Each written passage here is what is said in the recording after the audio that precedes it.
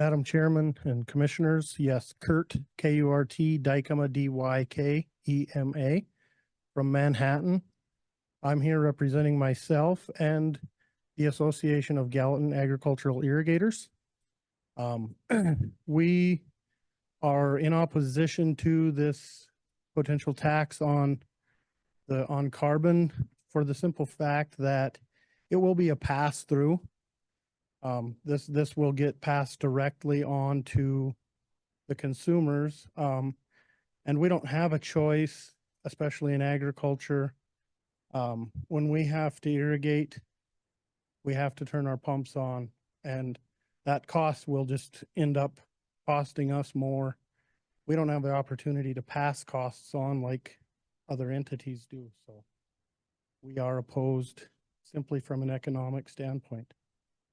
Thank you. Thank you. James Taylor. And after Mr. Taylor, we have Tanner Avery and then Margaret Dooley. Good afternoon. I'm James Taylor, president of the Heartland Institute. The Heartland Institute has members throughout Montana, many of whom have asked that I come and speak with you today on their behalf. You heard this morning from some very well-intentioned people that have some beliefs and fears about climate change. And if those beliefs and fears were true, I would be testifying this morning with the proponents.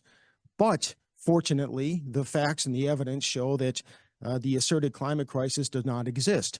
And for many reasons that it is important for Montana to maintain an abundant mix of energy sources, including coal and natural gas. So this morning, I think we can break down the three objections into energy costs, the health issues, and environmental concerns of the proponents.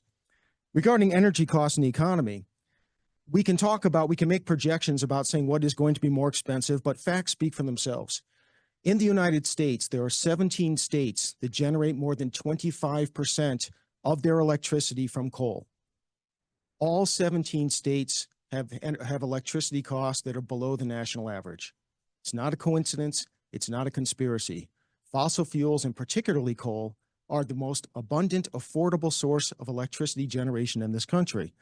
Montana's electricity prices are nearly 20% below the national average, largely because 42% of Montana's power comes from coal. Now, throughout the United States, since 2021, there has been almost a 20% increase in wind power generation. At the same time, there's been almost a 20% increase in the cost of electricity prices. That's also not a coincidence, nor is it a conspiracy.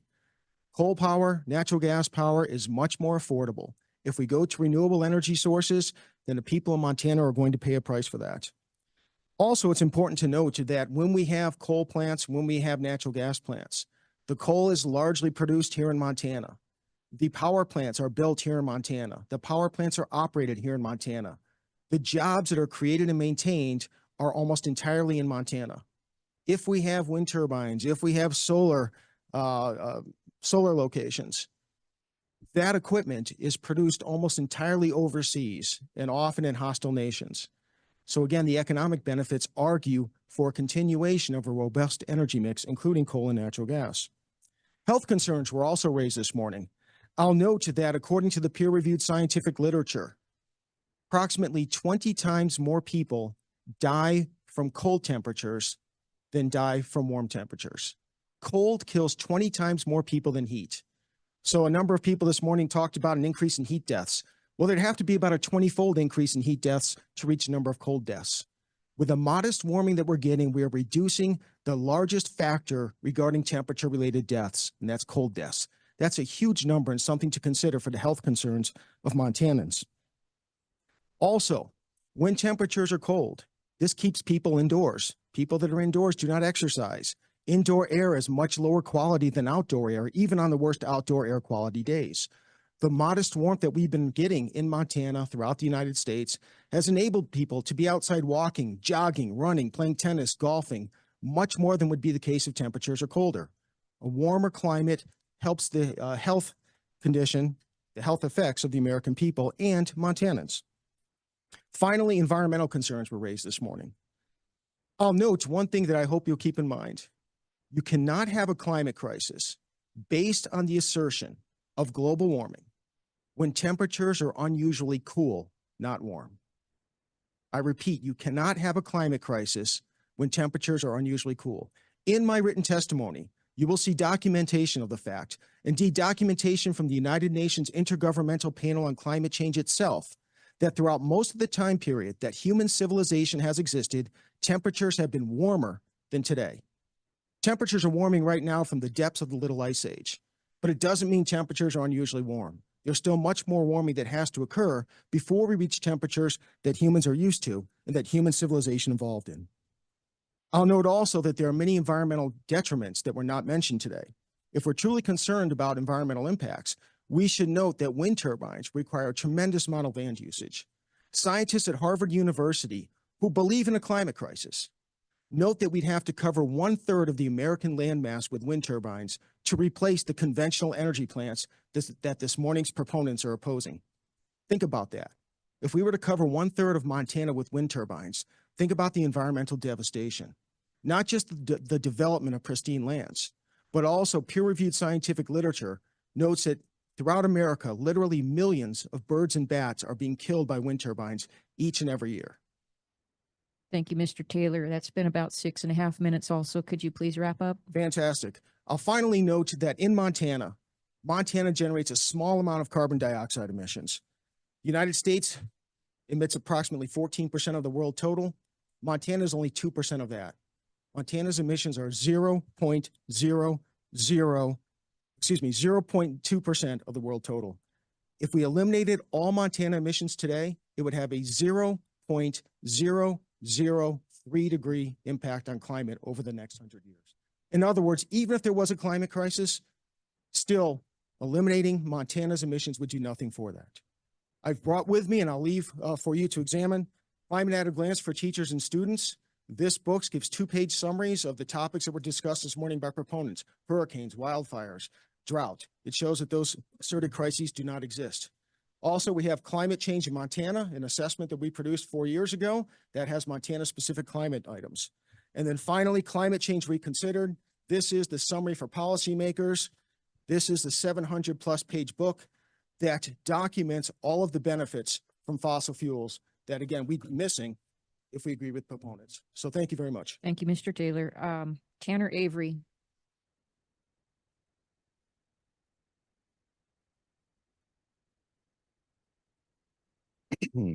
Good afternoon, members of the commission.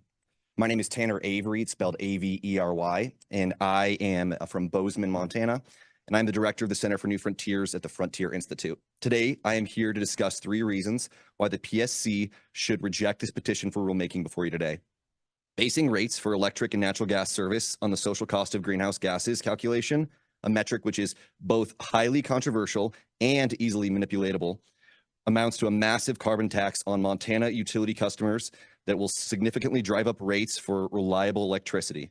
Significant regulatory decisions like this should be made in the legislature, where there is more opportunity for proper democratic representation, debate, and public input. Secondly, the proposed rulemaking would also require Montana to defer to the federal government in determining social costs.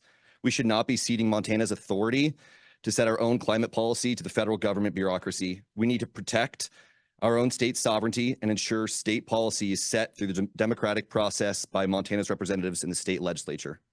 Lastly, there is no basis in Montana law for what this petition seeks to do. The legislature has clearly and intentionally excluded the PSC from the requirements of MEPA, and therefore the PSC does not do environmental impact analysis. Additionally, the legislature explicitly prohibits the PSC from including speculative environmental costs, such as the social cost of greenhouse gases, in customer rates. MCA 69.3.1206 states the commission may not include a bonus or adder to provide additional compensation for environmental externalities or other costs above avoided costs, except when a bonus or adder is necessary to compensate for a real and actual cost required by existing regulation or existing law. If the petitioners would like the PSC to implement a carbon tax on Montana utility customers through rate making, they should pursue future legislation which would direct the PSC to do so, rather than attempting to run it through the back door via administrative rulemaking. We urge you to say no on this petition. Thank you. Thank you. We'll have Margaret Dooley and then Tom Tanner, Amanda Frickle, and Melissa Lewis. Hi, for the record, my name is Margaret Dore, D-O-R-E, and I'm going to be, mine's a little shorter version of what you just heard, more to the point maybe. So I'm here today in strong opposition to the hijacking of the public service. Ms. Dorr, please use that microphone so everyone That's can so hear, especially those online. I'm here today, can you hear me? Okay. I'm here today in strong opposition to the hijacking of the Public Service Commission statute, to have it recreated as something that it's not. The commission is, quote, to consider and act on the information about the climate consequences of its decision, including impacts on communities that are disproportionately harmed by greenhouse gases. That's what the other side is saying, whatever that means. So I think the other person ahead of me did a better job than I'm doing right now. But, you know, if they want to go to the legislature, that's what they should do and get something passed, if that's what's going to happen. But they can't just do it through this organization. Thank you. Okay, I was short, less than 6 minutes. Thank you. You appreciate that. Tom Tanner? And then Amanda Frickle, and then Melissa Lewis, and then Amelia Gilsdorf.